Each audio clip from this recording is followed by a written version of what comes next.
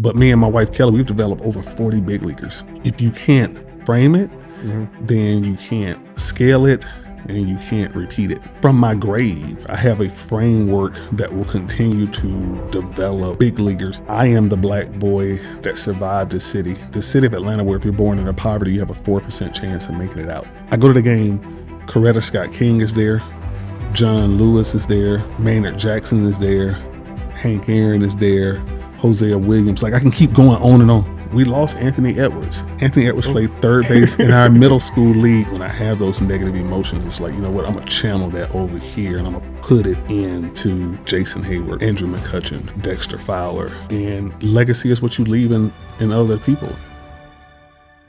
Today on Same Game, Different Turf, I get a chance to sit down with C.J. Stewart, a man of honor, a man of conviction. This is the guy that they literally used to model the Hank Aaron statue outside of the Braves Stadium. A guy that's drafted twice out of high school, learned a lot in his playing days, and he used that experience to coach the next generation of great baseball players. He's helped over 40 people become big leaders and countless college players find their path. When did you start playing sports? 1984. 1984. What drew you to it? Like organized sports? My granddad was, he would just be casually watching Chicago Cubs games in the daytime because the Cubs at Wrigley Field didn't have lights.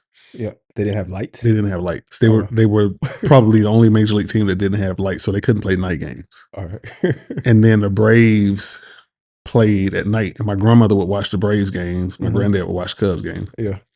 And I remember at Wrigley Field they had this ivy on the outfield wall, but I thought it was kudzu because my grandparents had kudzu. So I would go outside after watching Cubs games and I would throw rocks up in the air and I would hit them. And then if I hit it over the kudzu, it was a home run. So for me in Wrigley Field, Oh, wow.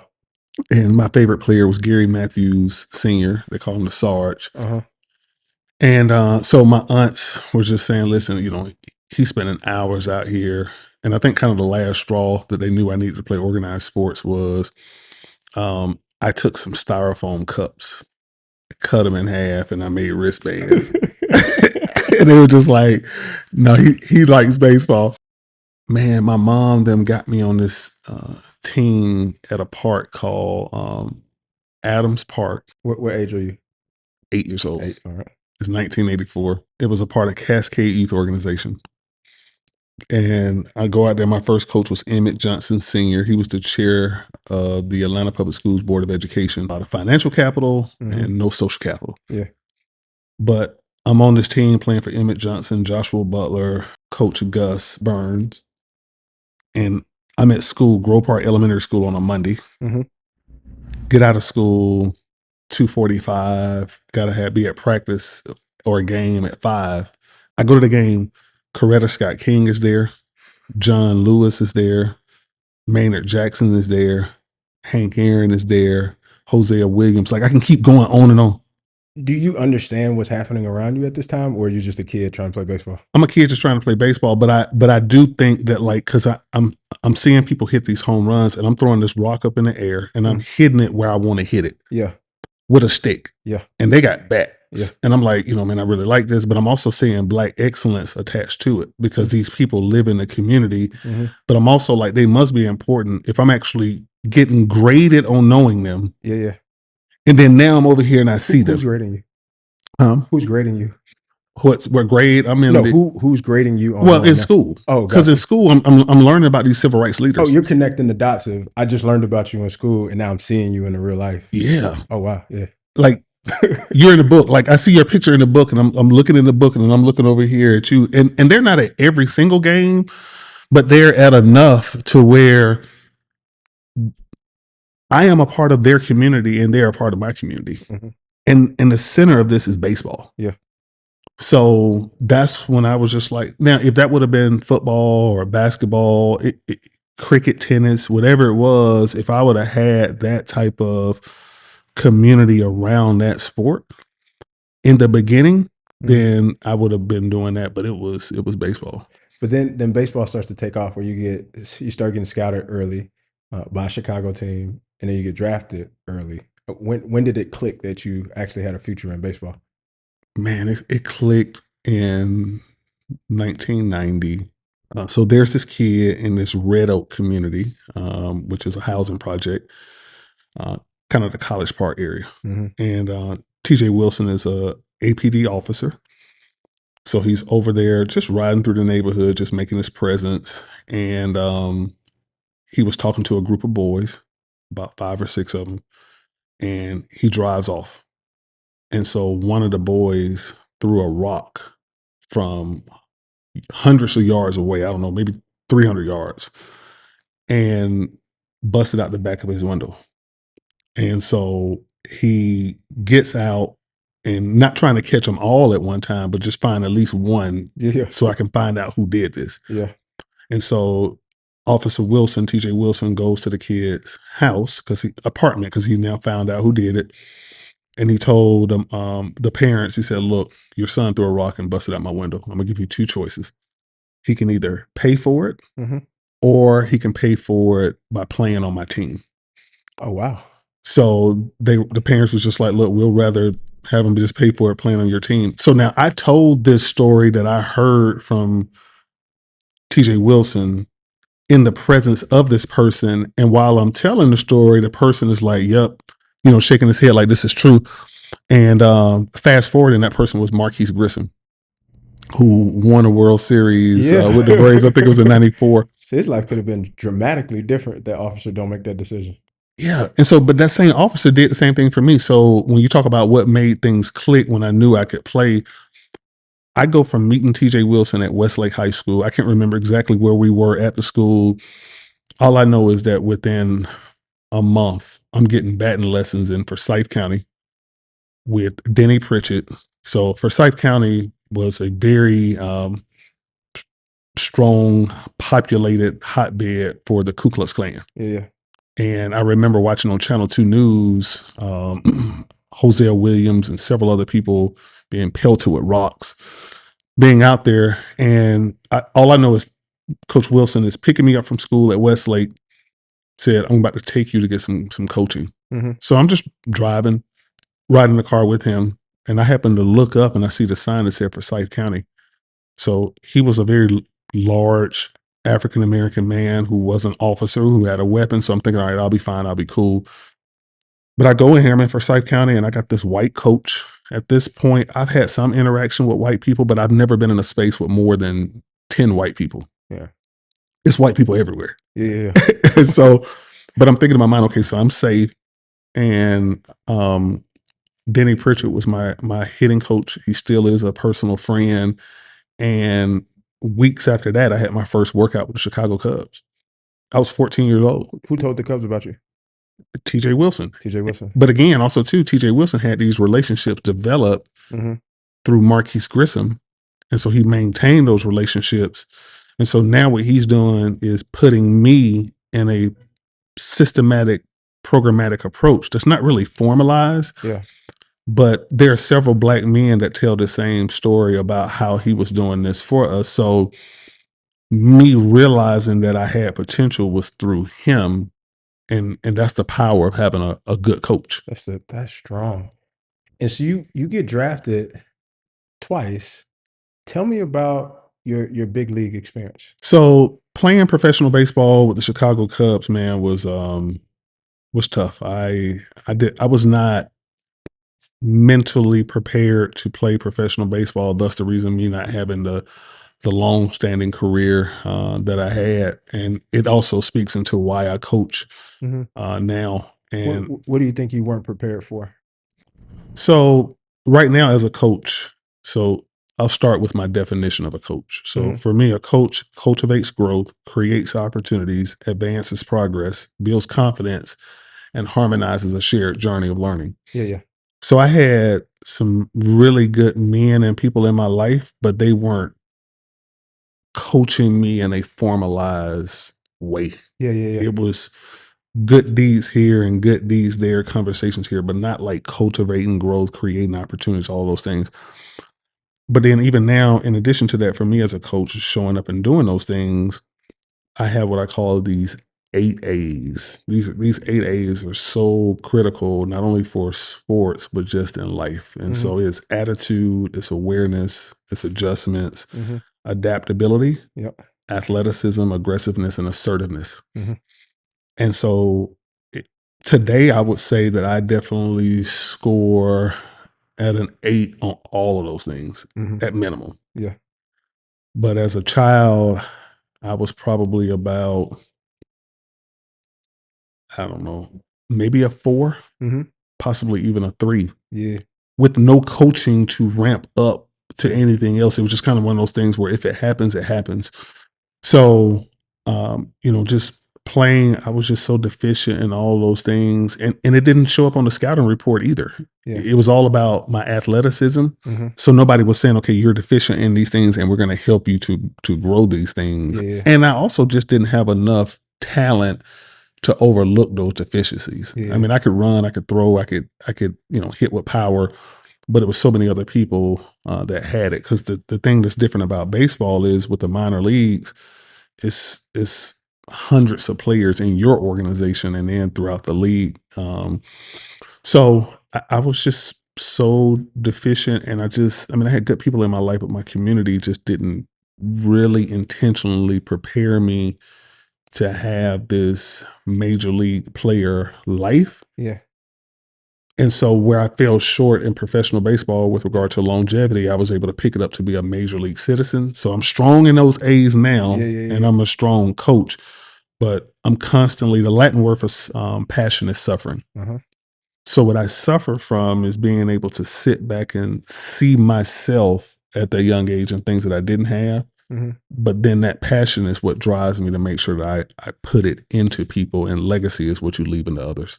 Looking back, because a lot of us, like, we aspire to make it to the league. We don't always know how to stay in the league for as long. And I'm not sure if you do this, but like just a flashing back of what you could have been if you would have applied all the things that you know now. Do you ever sit and think about what you would have been if you were to convert all those 8 A's into 8s and 10s back then? Yeah. So if I would have done those things, I mean, physically, I mean, I could do everything Mhm. on a baseball field. So if I would have had those 8 A's, I would have been able to be extraordinary, and I would have made a whole lot of money. Mhm. But I probably would not have been invested in my community as I am now, Okay. because I would have been so selfish Weird and so, trade-offs. so focused on me. Mhm. Um, but then um, having all of the 8 A's, I'm just trying to think about the A's that you absolutely need to be community driven and other driven. Um, I mean, I guess then I would have to add another A, but then it would have to be around like accountability. Yep. I think that because you have a lot of players that go off and do great things and make a whole lot of money. Um, and with all due respect to you playing in NFL, you probably have heard this, but the NFL stands for not for long. 1000%. And it also applies to even all professional sports. But you get this money and you have um, a 5 cent head. Mhm.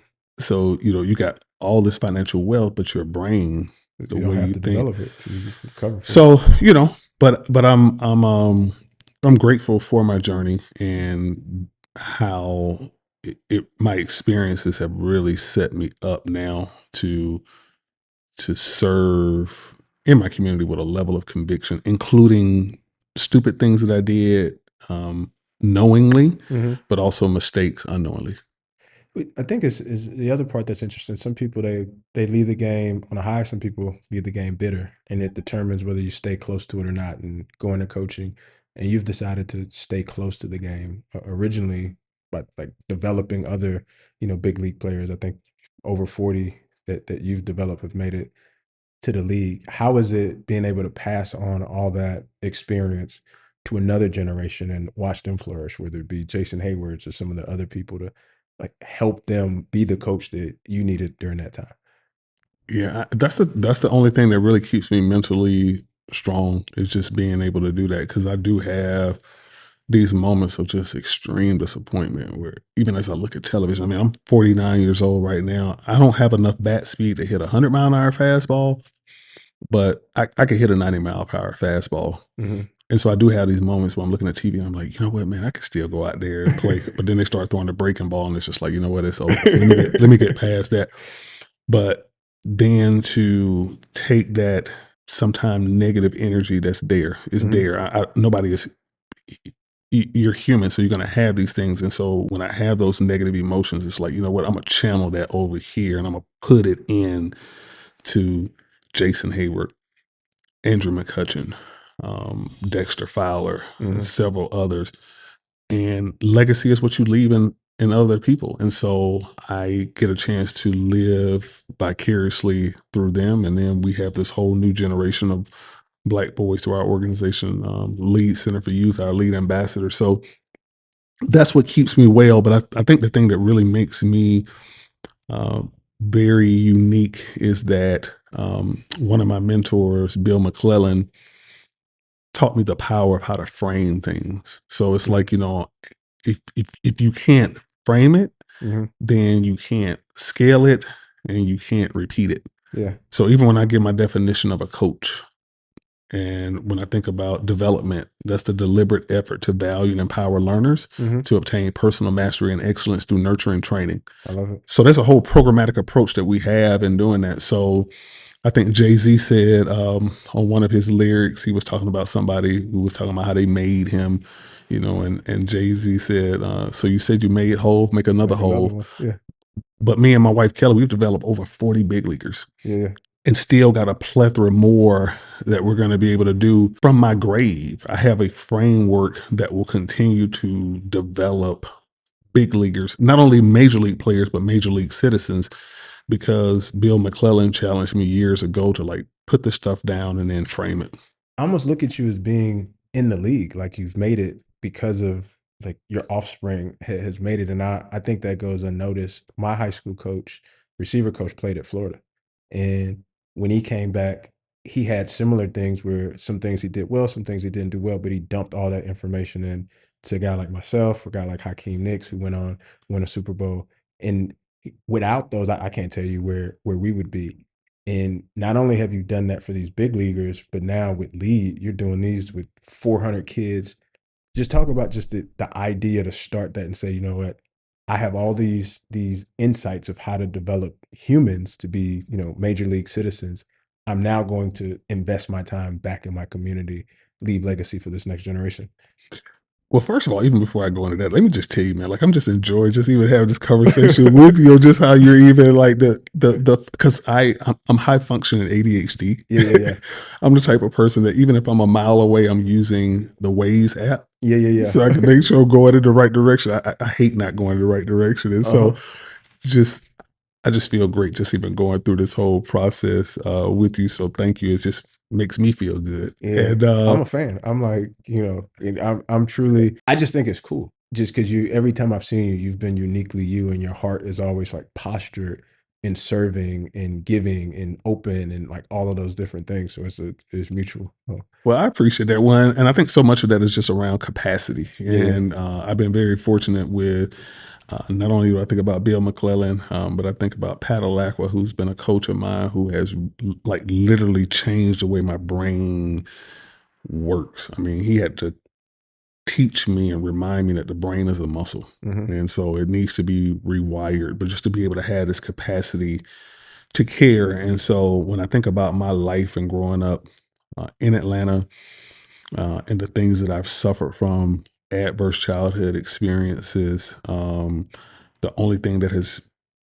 kept me well and whole is achievement. And mhm, so even now too is like I gotta achieve. And so right now our mission for Lead is to use the methodology of sports based youth development mhm, to help Black boys and Black girls overcome what we call the three curveballs that threaten their success, which is crime, poverty, and racism. And then for our lead ambassador program, which is our highest level program, the mission is to develop Black boys to become major league players and major league citizens. So we have year-round programming. We partner with Atlanta Public Schools, serving students grades 3rd through 12th grade.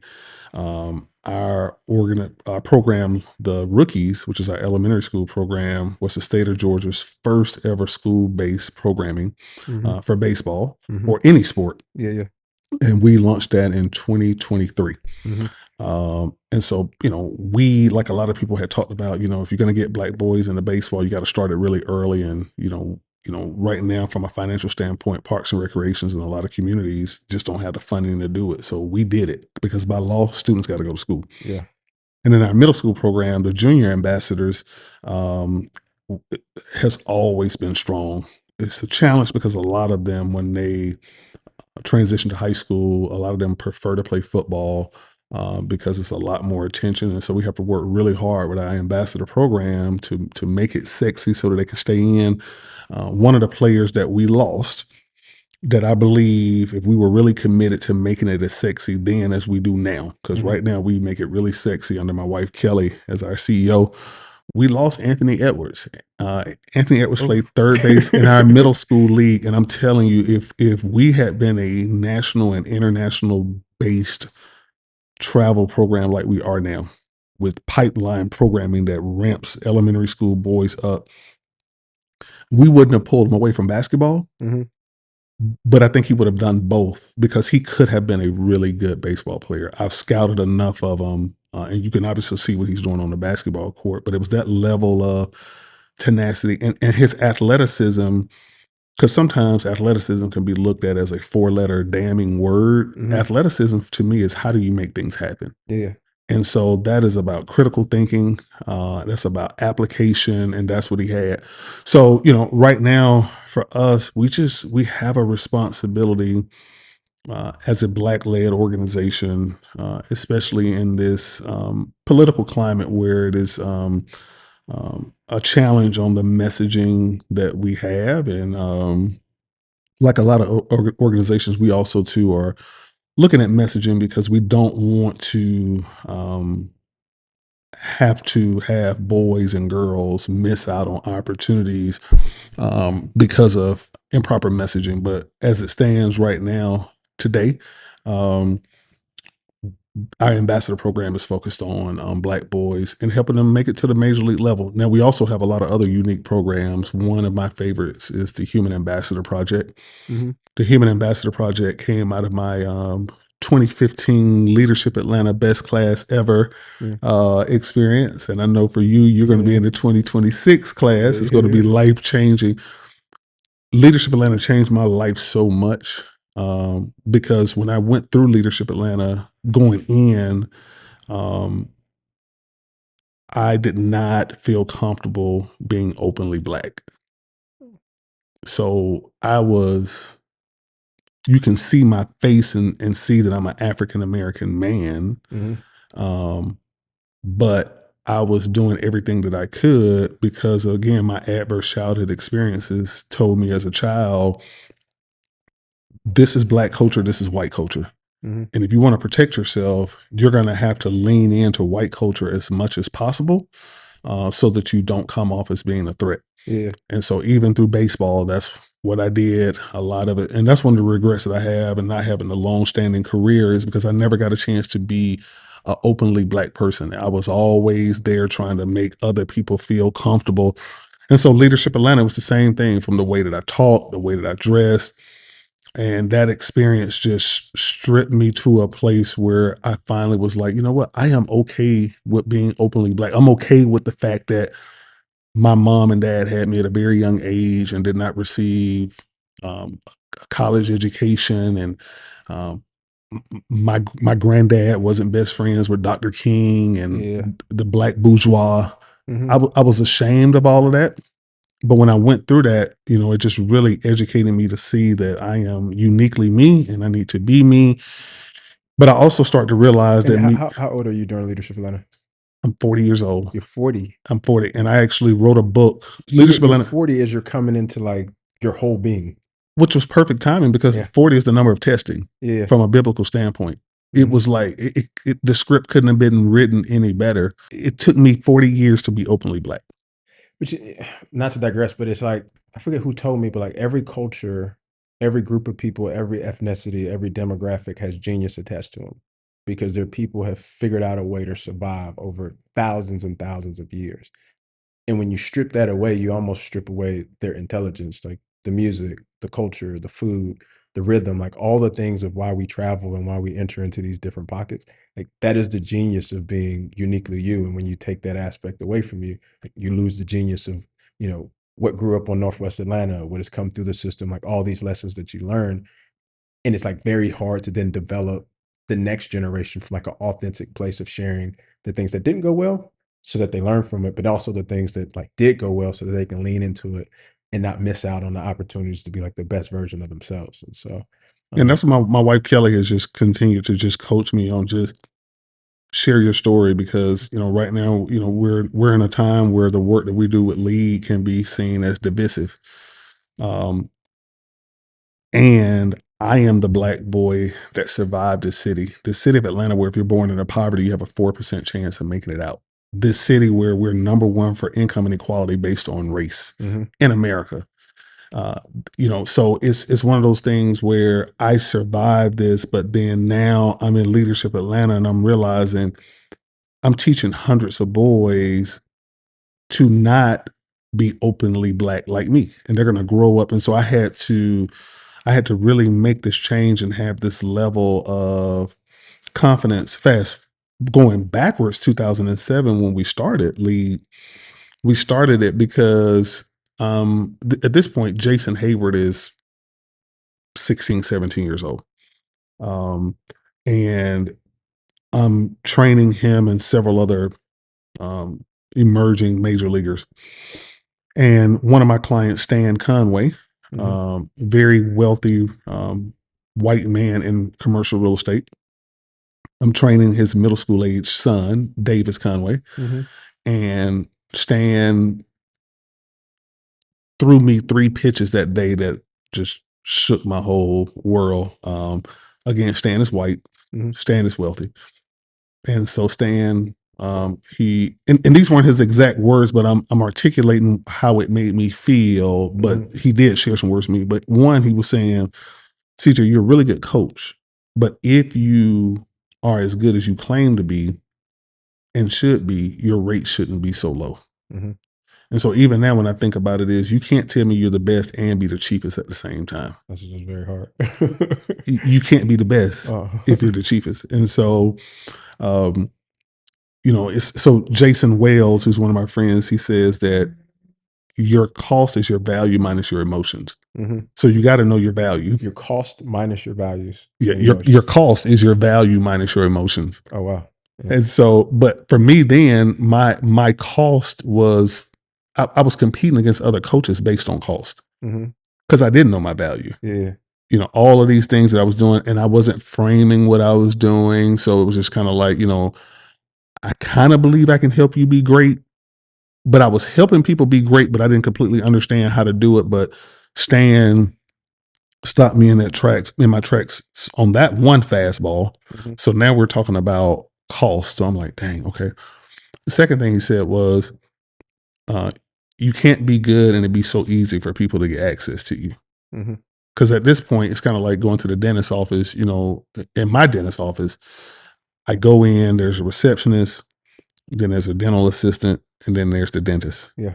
Okay. But for me, I'm doing all three of those things. I'm supposed to be this great coach. I'm the receptionist, You need a team. I'm the assistant, and the professional. So that got me thinking about, okay, how do I build a team around this? Because I got to be able to scale Yep. myself. And then the third thing that he said, Stan is a white man. Stan is a wealthy white man. Mhm. He said, CJ, there's a decline of blacks in baseball, and you're not doing anything about it. Yeah. And that just shook me to the core. I remember going home for several days and just struggling internally with something. And it was a moment where my wife was just kind of like, "You okay?" And I'm just like, "Yeah, I'm fine." But I'm wrestling with this thing. Tell her that I want to start a nonprofit called Lead. Mhm. And I think I had something like leading with education or something like that. Mhm. And but Stan gave us seed money to get started with Lead, and it also included a program developer who helped us to really um, launch, expose, advise, and direct through Lead, and also as well as building out a lot of our programming pieces. And one of the things that I had to realize too with our program developer was one of the first things we're going to have to do is we're going to have to change your rates, because right now you can't do a nonprofit because your for-profit is a nonprofit. Mhm. My cost is going to be based on my value minus the emotions. And one of the other things that Stan helped me to realize too is I was planting seeds in gardens that wasn't mine. Mhm. So I'm in the suburbs working with middle class kids because that was easier. The parents had the money, but then they also didn't have a lot of the adverse childhood experiences that I had. So what I started to realize is I'm actually running from my trauma, and I'm afraid of Black kids that have trauma. And then that's what Lee committed to doing. And we've invested, my wife Kelly and I, over $25 million into the building of Black baseball in the city of Atlanta since 2007.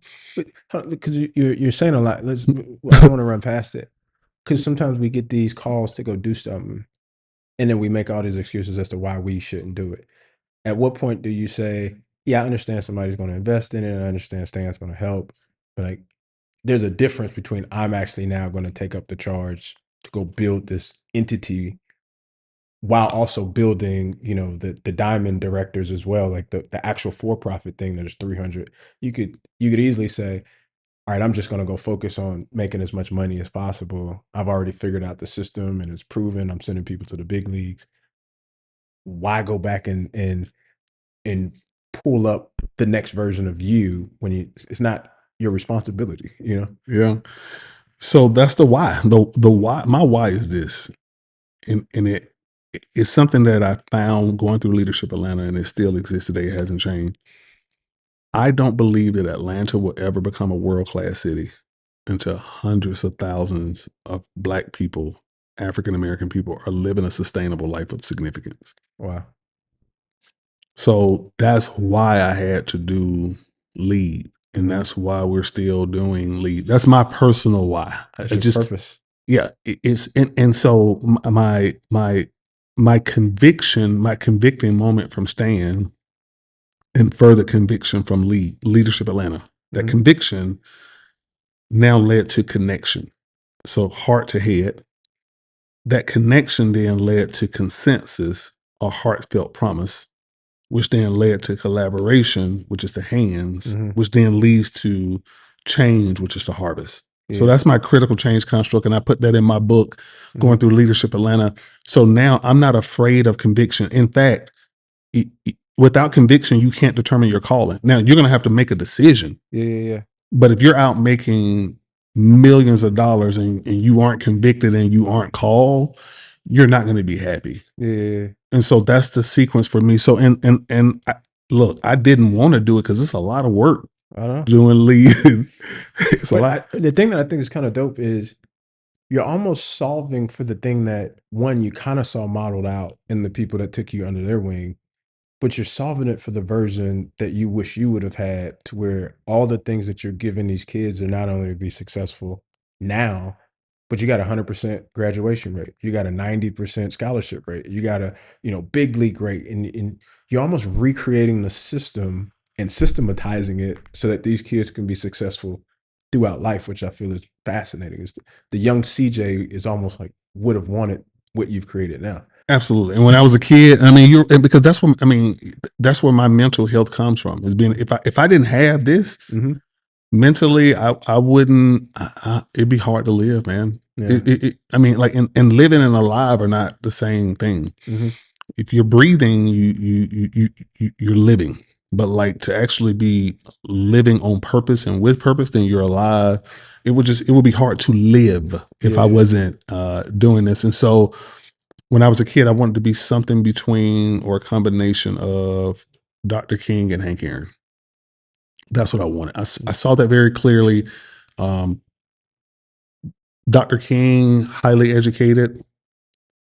Mr. Aaron, you may not know this, but Mr. Aaron did not graduate from high school. I know that. However, he's done extraordinary things here in Atlanta and across the world with regards to academics, athletics, and the arts. Hmm. And him hitting a ball helped him to change laws. When the Braves moved from Milwaukee to Atlanta in 1966, one of the conditions was Hank Aaron had to be allowed to live anywhere in the city of Atlanta that he wanted to. Hmm. So he could have lived next door to a white person in the 60s. Civil rights movement is still pushing and working hard. Atlanta is a city known, now being coined as a city too busy to hate. So just I didn't completely understand that, but I saw these two different men that were doing two different things, and I wanted to become that, and I feel like I have become that, and I want to scale that. But even when you talk about systematize, my wife Kelly, she gets me all the time. She's like, "You got all these acronyms," but I need to understand like where I'm at and frame things. So for us, when we think about a system, that is structured yield Mm-hmm. for sustained talent, empowerment, and mobility. Yeah. That's our system. Yeah. It structured yield, like we're doing things on purpose, with purpose throughout our year-round programming. But contribution is one of the social emotional learning capacities that's measured Mm-hmm. of the sports-based youth development methodology that we use. So I'm expecting a yield. Some of that add a little more color to this, but you expect that your players to expect a yield too, where you have these guarantees of when they go into the game, they're agreeing that they are going to do certain things in the game, and if not, they either have to like do push-ups or they have to do certain things. Highlight that for me. Yeah. So Which look, I'd never heard that before. yeah. So our ambassador team is a performance-based team. Hmm. Is performance. And so we have what I created called our progression to performance. Yeah. So our progression to performance, number one, starts with protection. And then it goes to learning how to participate, then learn how to practice, then learn how to play, and then learn how to perform. So it starts with us as protectors, your coaches, making sure we're educated, we're competent, we're compassionate, we care, and the capacity to care. So everybody, even if they've never played baseball before in their life, when they start playing baseball, then they want to perform. Yeah. Okay. So, I mean, can I unpack it a little bit more? Go for it. Okay. All right. So, talent is what you do well. Mm-hmm. Habits is what you do well repeatedly without thought. Skills is what you do well repeatedly without thought while under stress. Mm-hmm. So, practicing under pressure and playing under pressure is what performance is all about. Yeah. That takes training. 1000%. That's not about talent. That's not about having good habits. We're talking about under stress, Which life is. which life is, winning at the game of life. And so on this performance level team, if we don't have performance level players, then we don't have a performance level team. Our ambassadors is a performance level team. Yeah. These moments that you're going into are going to be stressful. You're going to be scouted, even at the age of 14 years old. If for no other reason than I'm a former professional scout. I scouted in the Cincinnati Reds organization. Mm-hmm. And so I have relationships all the way from general managers to presidents within Major League Baseball. So if you're here with us on this team, then it's going to be stress. And so when they go out on that team, what it looks like is on that performance level team, you come to our game, we don't have a base coach, no first base and no third base coach. So typically in games, even at the major league level, you got coaches that's out there that's giving signs and telling you where to run. What we're showing externally to coaches to scouting our guys is we're saying our guys are prepared to perform, so much so that they don't need a coach. You're giving them autonomy. They got autonomy. Yeah. They're the ambassadors, which is the A, Mm-hmm. and we have those 8 A's, but that's another A. Like they have autonomy. I can say that, but I got to prove it. Yeah. So that's proof. The second thing is you can have 9 on the field at one time in baseball, obviously. Mm-hmm. And so we typically will have a team of 18 ambassadors. And that number 18 is so important for 2 reasons. One, when we got started in 2007, we started out with 18. And even now with 18. So if I got 9 on the field, I got another 9 that's in the stands. So we typically don't even want them to go into the dugout because teenage boys, if they're not playing, they can be bitter. And the last thing a player wants to do is come off the field and see you mad because you're not playing. So there are times when we'll strip that away. Mm-hmm. And so you got these 9 that's on the field. Now, everybody has to give a guarantee before the game. Mm-hmm. So you've been playing baseball all your life up until this point. Mm-hmm. You have been putting in the work on your own up until this point. Mm-hmm. So based on that, tell me what you guaranteeing that you're going to do today. Okay. So I guarantee, but it can't be something like it's got to be something that's tangible. So it can't be I guarantee I'm going to hustle. Yeah, no. That's baked in. Now I can measure that with regard to you coming on and off the field, like with a Mhm. stopwatch and so on and so forth. But we're gonna go deeper than that. So I guarantee that um, I won't make an error today at shortstop. Mhm. Not one. Yeah. Okay. Because I need you to push yourself. I don't want to be unrealistic, like I'm gonna hit a home run every at bat, but challenge yourself. So, all right, so it's gonna be the error. All right, great. So now if you make that error, immediately that signals to the other guy who plays your position, who's only here to Mhm. come in if you make that error. Yeah, yeah. That signals to him to go ahead and get ready because now you have a choice. You can either do 200 push-ups within 20 minutes at the end of the game, Mhm. or you can come off the field now.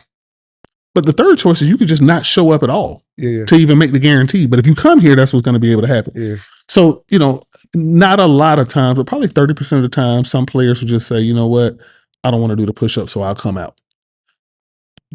Full stop right there without unpacking it anymore. Does that feel stressful to you? I mean, thinking about that, because you're thinking about doing your job, you're thinking about contributing to the team winning, but then you're also thinking about this thing that could actually happen in the game. Major leaguers make things, but But it you're is trying to become a major leaguer. so it's simulating what you need to be successful, essentially. So it's the good kind of stress. It's the stress that's pushing you closer to the thing that I think you ultimately want. And that good stress is eustress. The Yeah, yeah. bad stress is distress. So intentionally for us in our programming, program for us means purposeful repetition orchestrated for growth, resilience, achievement, and major league players and citizens. That's our year-round program. That's our programmatic approach. So we have programmed you with 4 phases of development so that when we get to the summertime application, it's time to apply. So if we don't have enough guys that have been developed and programmed to perform, we just don't have a performance team. Yeah, We'll just take the summer off. yeah, yeah. But if you put on this uniform, this is what we're doing because all of y'all want to play in the major leagues and all of y'all can play in the major leagues. I love it because you're not giving them an out. You're not giving them a chance to make excuses. You're not giving them a chance to shoot below their potential. Like you're saying, we've both identified that you can become this, and we're going to hold each other accountable to becoming that. You've been able to systematize this in a way that is like highly organized and almost like how the military has their philosophies. You've been able to create your own philosophies, and I think it just highlights the intelligence of an athlete to be able to process information and be able to design high functioning teams, high functioning systems. Just tell me like what goes into that because it's not only applicable to baseball, but to life and to business and some of the work that you do of being able to like move all these things forward in an organized way. Yeah. So I think part of it is just again with me having ADHD, just going back to using the Waze navigation app, even if I got to go a mile, I just need to know where I'm at. Like I don't, m- I don't mind being in a place of failure as long as I know what's next. Talk about that a little more. Um, so I think that so you have failure and you have failing forward, Hmm. and we have these seasons of life. Pastor Charles Jenkins talks about having a running stage, Hmm. a reaping stage, and a reciprocation stage. Yeah. So in that running stage, there's a lot of failing forward. There's a lot of struggle. There's a lot of slumping. Hmm. And then when you come out of that, then now you're starting to reap this success. And then from that, then you now use that success to serve others and you're reciprocating. But in order to grow, I got to come right back to that running stage. Hmm. And so, even me now, just as we're dealing with the political climate and organizations like LEAD being considered divisive because of the work that we do, mental health wise, I mean, it's been a struggle. Hmm. Um, and I've had to really kind of like process some things, but I've been in this place before several times. And so I always know that after that running season is a reaping season Hmm. because it's been framed that way. Yeah. If I don't know that it's framed that way, then it's like even in baseball, like if I ran well enough that even if I got a base hit in a single, I was able to run well enough to steal second. Yeah. Yeah. And I can also steal third. Now I had a couple times I stole home in travel ball, not in the college or the Yeah. pros. But then my mindset was, is rather than being upset because I'm not a home run hitter, I can turn a single into a triple. Yeah. I can do that. And Mhm. so even for me right now, where it's just like, I may want to have these home run approaches, but now just using baseball as an analogy, the best that I can do is get a single. But then I can also steal a base and steal another base rather than being disappointed by not being able to get the home runs, especially during this time right now. You're just taking a different route to score. Yeah. Because I got to score. I mean, at the end of the day, I mean, like I want to score, and so Mhm. if I gotta survive my way to scoring, then Mhm. I'll do that. If I gotta slump my way to scoring, I'll do that. But even with that survival and that slumping, that happens in that running season. Mhm. And so I'm actually also preparing to run my first marathon on March 1st, 2026. How old will you be? I'll be 49, 49? but knocking on but I'll be in my 50th year. Yeah, yeah, yeah. So Which is impressive to put your body through that much, like, physical preparation and training and not making an excuse that, "I'm too old," or, now you actually gotta start getting that injury rev back up. But it's the thing again that's keeping me mentally well. It's just the framing that I use to coach. It's the framing that I'm used to even do this marathon. Mhm. Even the framing of me being able to even be here with you. Yeah. So I'm a and feel comfortable sharing what I'm sharing because my definition of a scout Mhm. is to the S is to see potential that others miss. Mhm. And then I want to connect with character. I want to observe under pressure and I want to uncover hidden talents. But the T is to trust what you know. Yeah, yeah.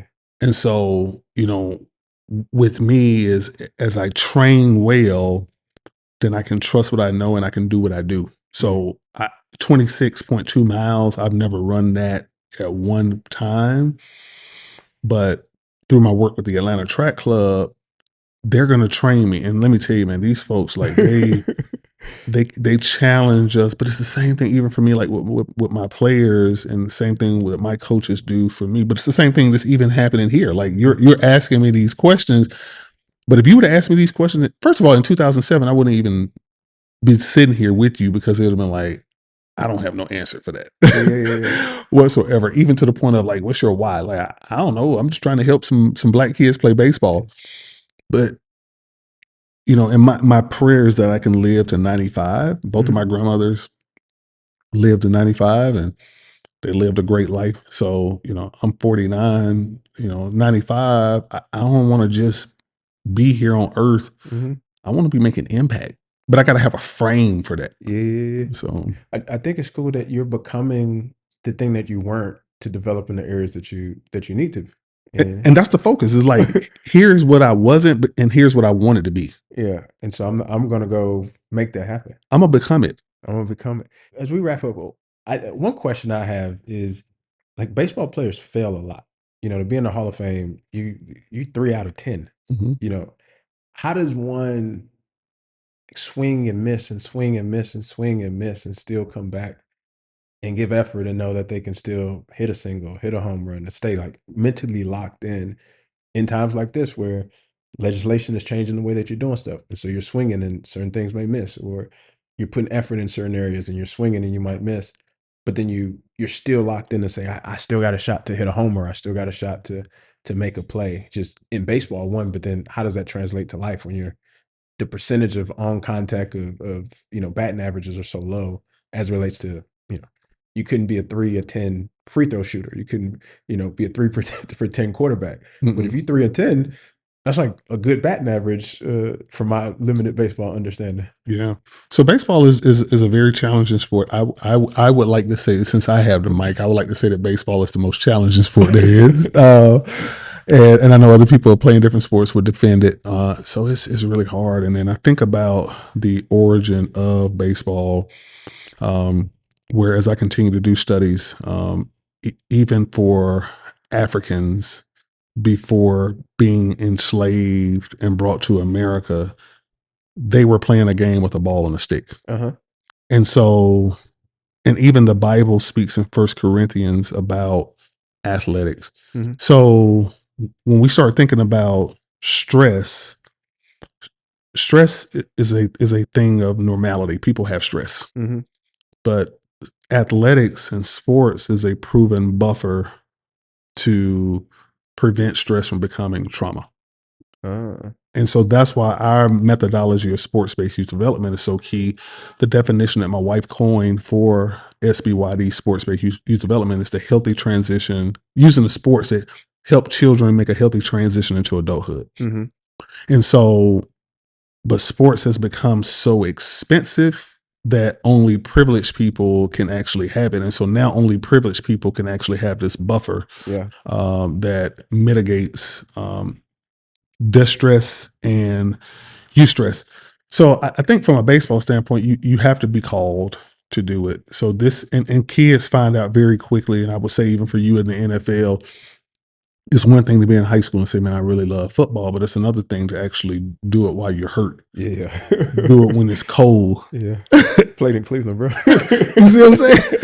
So like like you have to be called for this. You can't play football or baseball for the rest of your life, but in this moment, the only people that's going to be able to perform are the ones that are called. And I think that mindset as you're struggling is one. So I'm convicted and called. This is my sport. This is the thing that's going to allow me to be physically, mentally, emotionally well. And we actually have to spend time with our ambassadors to actually teach them that, because Yeah. right now so much is focused on the technical stuff and very little on the tactical. And so we're really connecting it to their not only their mind and body, but also their soul. Yeah, yeah, yeah. And that could be a bit of a challenge for teenagers, but we have to do it. Yeah, yeah. But I think then the other part of your question is how do you keep going? Is just having a community of support. Mhm.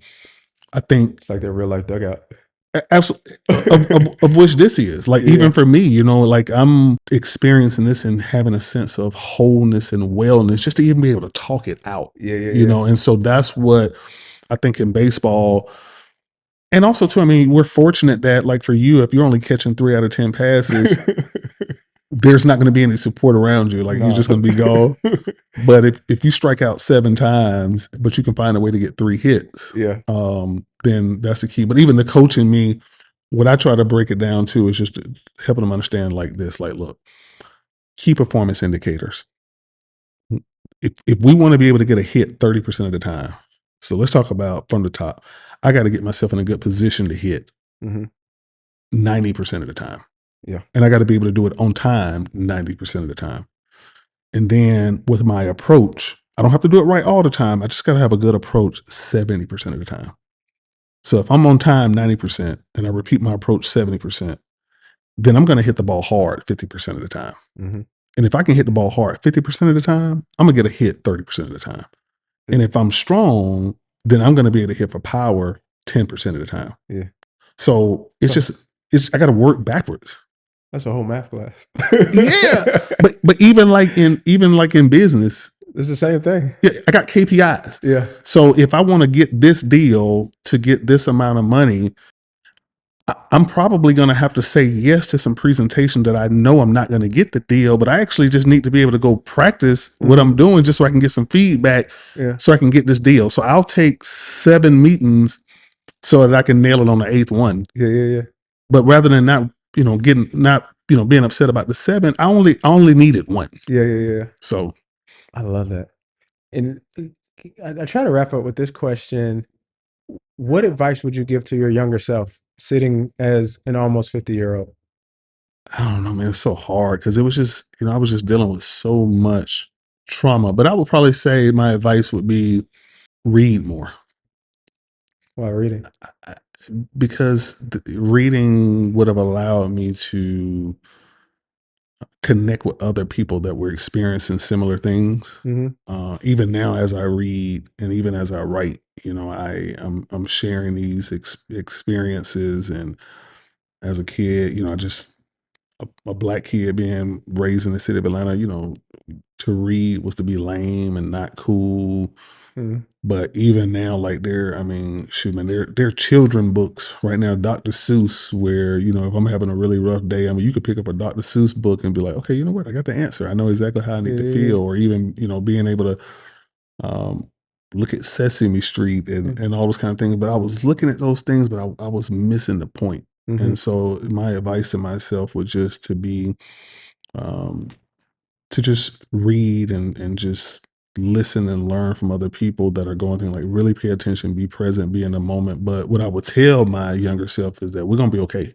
Yeah, yeah, yeah. Uh, it's not gonna be a linear straight line, but we're not going backwards. We're gonna Mhm. be moving forward. That's dope. I think your younger self would be more than proud of you Yeah. to see not only what you've become, but just the legacy you will continue to lead, which is already cemented, you know? Even something that I think is you're forever cemented in that Hank Aaron category. You your body shares a statue with them, which That's is, crazy. what more Atlanta than that as a young boy growing up in Atlanta to have your body be the replica of Hank Aaron. That was crazy. Well, even before that, like what was crazy was I actually got a chance. My first ever time doing jury duty. I Mhm. remember showing up like, okay, I'm supposed to be trying to get out of this because everybody that I know is always saying they're trying to get out of jury duty. Yeah. I walk in and Hank Aaron is over there. I had never formally met him, but I see In him. jury duty? Yeah, he's among all the hundreds of people that are there, and I'm sure everybody was trying to get out of it. And I Mm, see him. I didn't go speak to him. Um, and then we're all sitting there hours later, and um, they call. I think they call my name first. Courtney Stewart. So now I'm about to go to this next round. Man, Henry Aaron. He's going to the next round. We end up doing jury duty on a case here in Atlanta. That's crazy. Spent a whole lot of time together, and then the Braves when they made the move to Cobb, um, John Sherholtz, who was the then general manager for the Braves, Terry McGurk, who's the Mhm. chairman of the Braves, Derek Schiller, who's the Braves CEO for the Braves baseball, and then Mike Plant is the president and CEO of the Braves, the Battery. All of them met, and I was in Washington D.C. with my wife and daughters. Our oldest, Mackenzie, was going to Howard University, so we were there for another event. I think it was the American Enterprise Institute. We went through a cohort there. I remember standing in line trying to get our room situated, and I was so tired. I was hungry. I was so aggravated, and then I finally got up here to the line, and my phone rang, and something told me to answer it, but something also said just don't answer it. So I answered, and there's a lady on the other end. I forget her name. And she was just like, "Yeah, CJ, I'm just calling you on behalf of Mr. John Sherholtz, and we want you to be the model for the Hank Aaron statue." And I'm like, Kelly, like you get in line, and I need to finish this call. I got to finish this call. And yeah, I just remember doing it, and yeah, it was just going through the whole process. Ross Rawson, who's a famed sculptor, Mm, uh, knew very little about baseball, but he accepted the opportunity to do it. I'm glad he did it because it turned out great. It's 9 foot tall. It's a bronze statue in Monument Grove at Truist Park.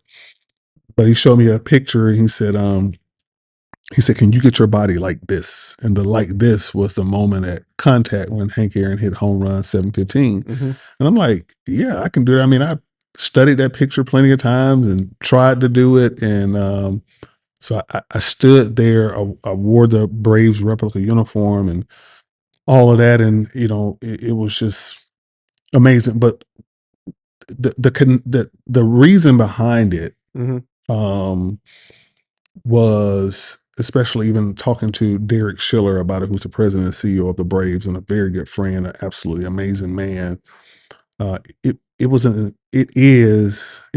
is an intentional way of connecting the Braves to the city of Atlanta, um, through me as a son of the city. Yeah. So, the Braves have moved from the city of Atlanta to Cobb, which is a part of Metro Atlanta. So it's still the Atlanta Braves, Mhm. But that's the class act organization that they are, where they could take. I mean, you could have got anybody to just stand in and do that. Mhm. But for me, as a black boy, born and raised in this city, navigating adverse childhood experiences, moving into a house for the first time, coming out of a housing project, just like Hank Aaron. Hank Aaron moved from the housing projects to a house at 8 years old, just like me. Mhm. 8 years old, 1984 is when I fall in love with baseball. Hank Aaron got inspired to keep playing because Jackie Robinson came to Mobile, Alabama, and he bet on himself. So that connection and that story and the Braves supporting me financially, I mean, they are a very large financial supporter of this work that we do and have been since 2007. Like if we didn't have their support, we wouldn't have been able to get started. And they also have been sustaining us. So That's beautiful. hats off to the Braves, the A-Town, for sure. Bro, I appreciate you, man. Yes, sir. And you got another 50 years of impact, at least. So I'm excited. I'm excited about the 50, man, and excited about, even doing this journey with you. Thank you so much. This has done my heart good. Likewise, bro. I appreciate it, man. I didn't know where this conversation was going to go. I tried to do a lot of homework and just people I'm a fan of, to be honest with you, bro, and just how you just navigated the start, the finish, the in between for yourself, for others. Um, I it's inspiring to me. It just selfishly, as a person that's been through a lot of transition, it's just like just the curiosity of how other people have done it and how they continue to do it, and just the continuum of the journey and trying to do it just for the purity of it. I think that gets lost a lot of times where there's a lot of ways that you either hear on social media that people are trying to game the system, but just like trying to stay pure and do it for the right reason. So I thank you for your time, bro. Yeah, likewise. Well, it's a saying that if a tree falls in the forest and nobody heard it, did it fall? So, for me to be able to share my story and share it with you and all that you've overcome and continue to overcome and the great things that you're doing, and it to be shared with your community, then, people will know about it. So I appreciate it.